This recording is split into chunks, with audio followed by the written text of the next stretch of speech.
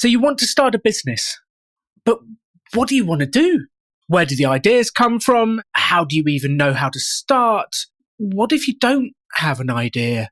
Everyone else seems to just magic up these ideas, and yet you're left going, what am I going to do?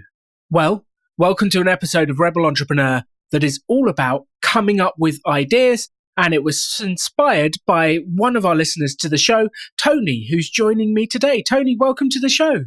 Hi, Alan. Thank you. I'm so glad you're here. I've been looking forward to this. Your email struck a nerve, so I thought I'd organise to chat and see if I could help you, and hopefully at the same time help some of the listeners as well. So let's start right at the beginning. Your email to me was about not having any ideas. Tell me about that.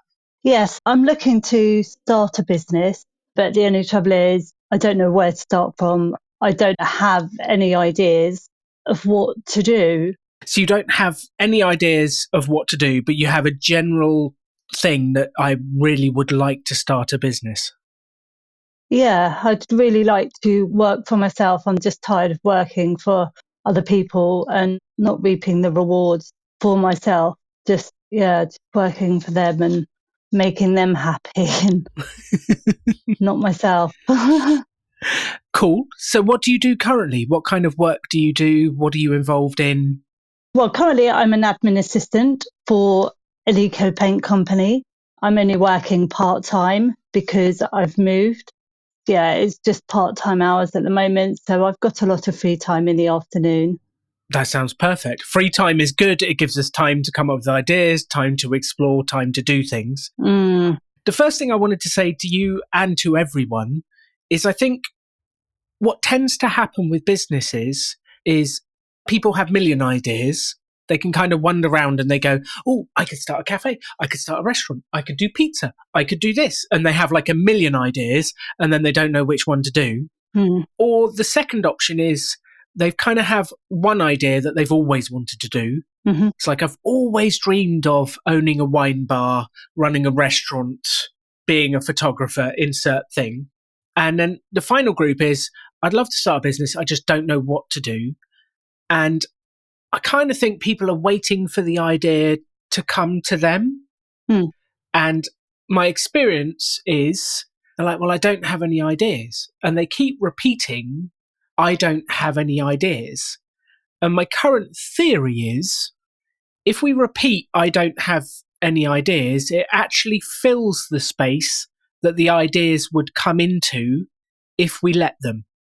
And I think you probably do have ideas somewhere, or if we create enough space, you will start to have ideas. And that's what we need to do.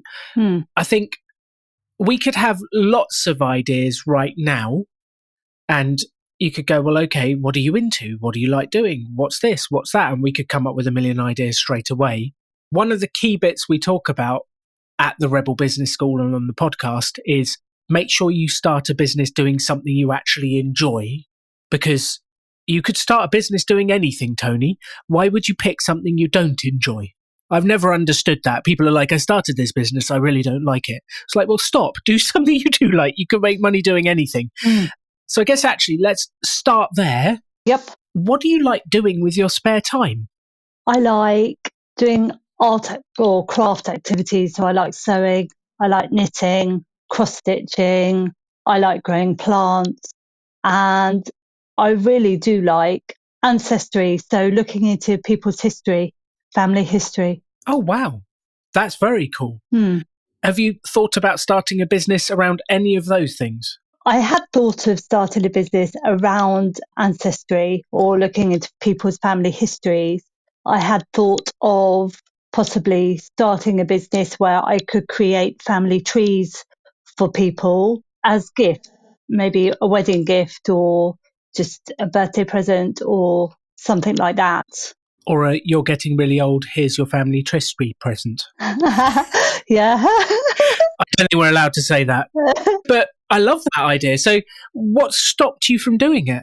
I just didn't know if people would be interested. And I mean, it is a niche market, but it's also trying to think about pricing and how you would price it, because obviously with Ancestry, you do have to pay for birth certificates and you have to pay for other bits and pieces. So it was just that, really. Cool. So let's tackle those one by one. The first one was I didn't know if anyone would like it, or I didn't know if anyone would buy it. Yeah, anyone would be interested. Yeah, would anyone be interested? I always have this thing of like, well, I don't really know either. Shall we try it?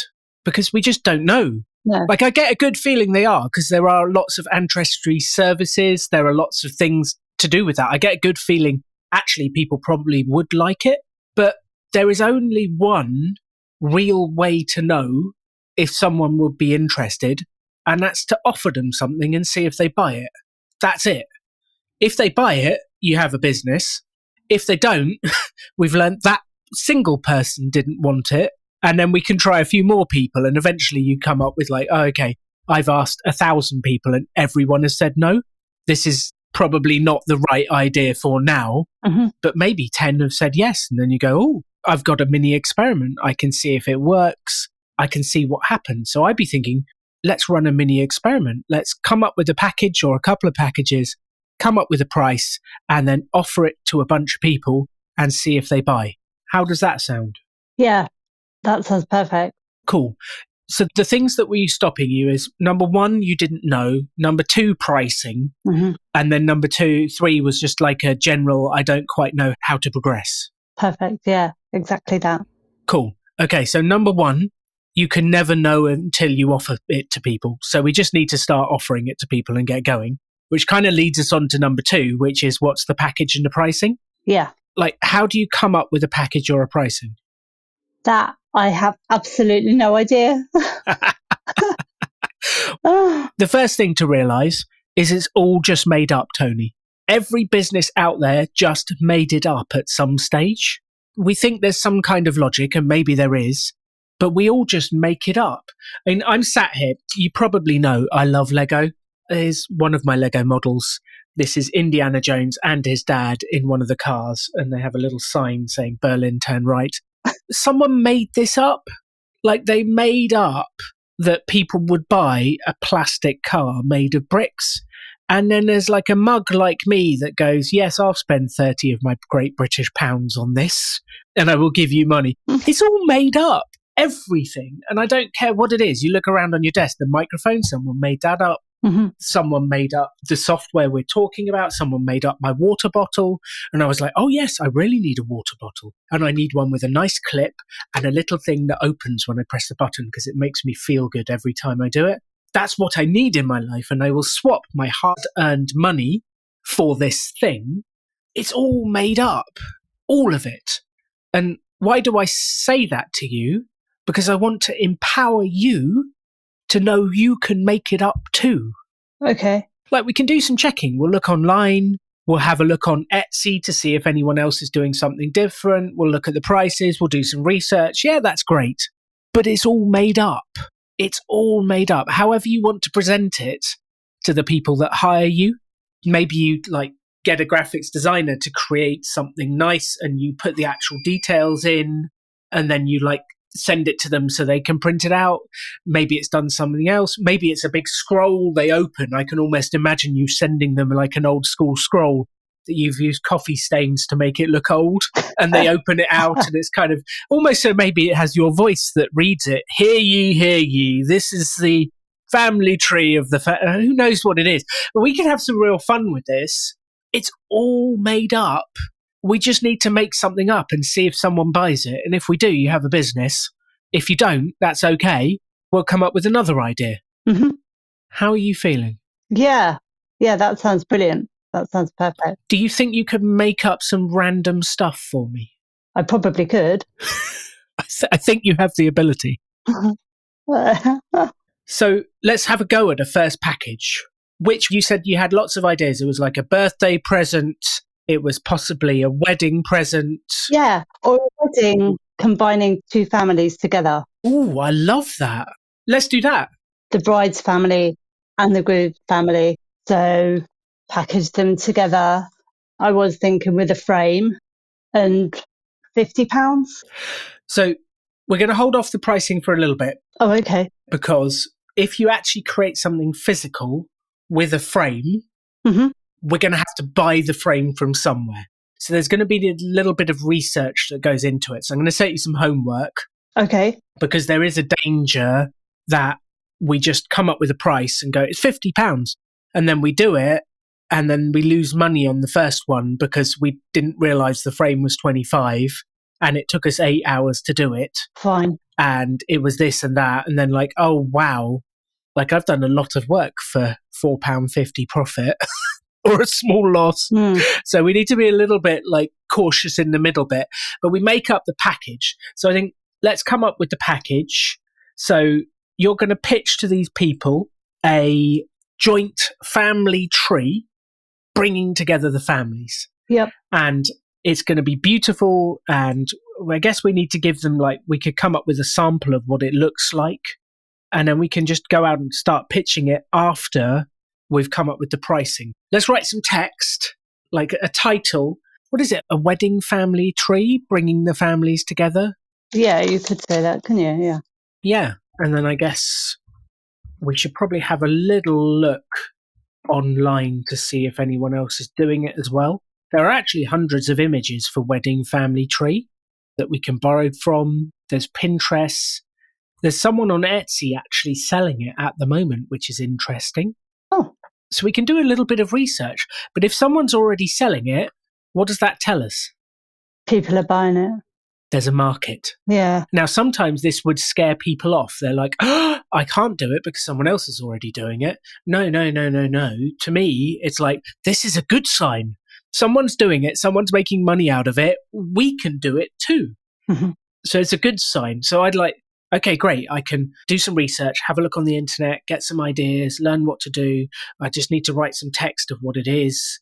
And then we need to price the specific offering that you're going to offer to the future bride and groom. And then we need to go and find some brides and grooms and offer it to them. That's kind of basic process. Mm-hmm.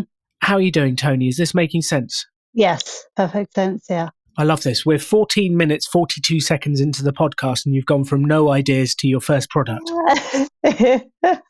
You have everything you need resource-wise inside you or on the internet in front of you. We can just do a bit of Google search. We can look for some different things. We can come up with the ideas and put together a product. That's the next step. So I think your homework is a simple title.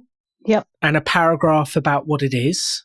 And then I would like you to do some Google research into wedding ancestry trees, wedding family trees, that you can come up with some ideas of what you'll offer. Yep. And then we need to price the pieces.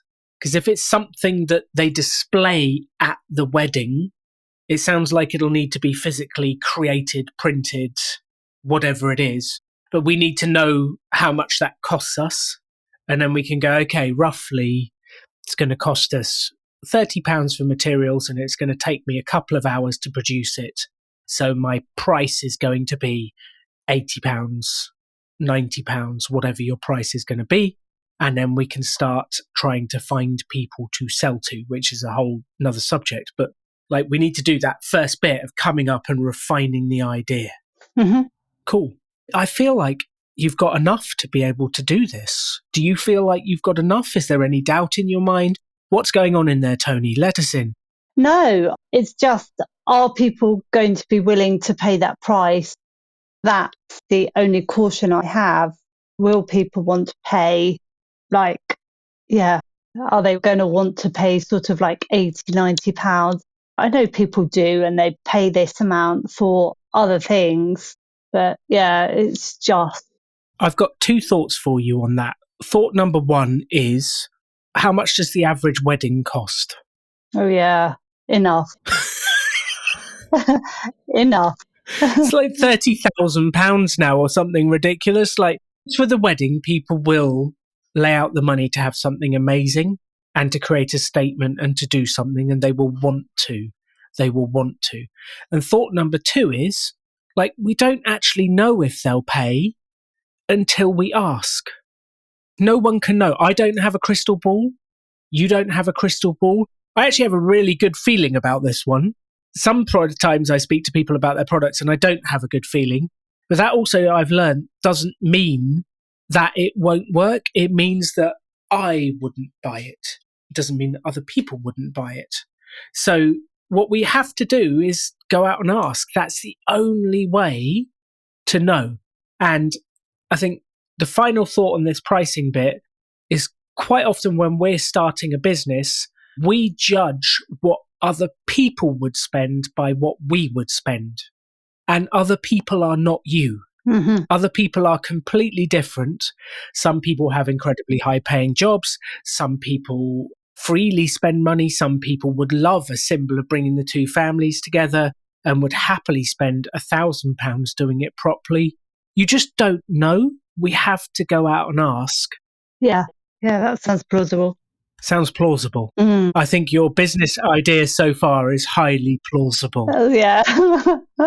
And I think I want to say, everyone listening to this is what we need to do, is just, okay, what do we enjoy doing? What could I offer? Let's put a little package together. Let's offer it and let's see if anyone buys it. That's the starting point every time with a business. And the key piece, it's all made up. All of it. Our names are made up. The products are made up. The pricing is made up. All of it is made up. And I say that to empower you to make it up yourself, because you could make anything happen. So, Tony, yeah, do you think you've got enough to get going? I think I do. Perfect. More than enough, yeah. Okay. Will you let us know how it goes? I certainly will. Excellent. Cool.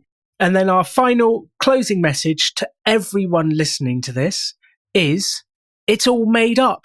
So just make something up. Offer a product, offer something to the world, and let's see if we can get you going. Because if we get you off the starting blocks, get you offering a product, start from sales and run a mini experiment, it's incredible how far you can get. And we will get feedback quickly. It gets us in the game. We'll learn a bunch of very valuable things and we'll start to make progress. So please stop listening to my podcast, make something up and go and make a sale. Thanks for tuning in to The Rebel Entrepreneur.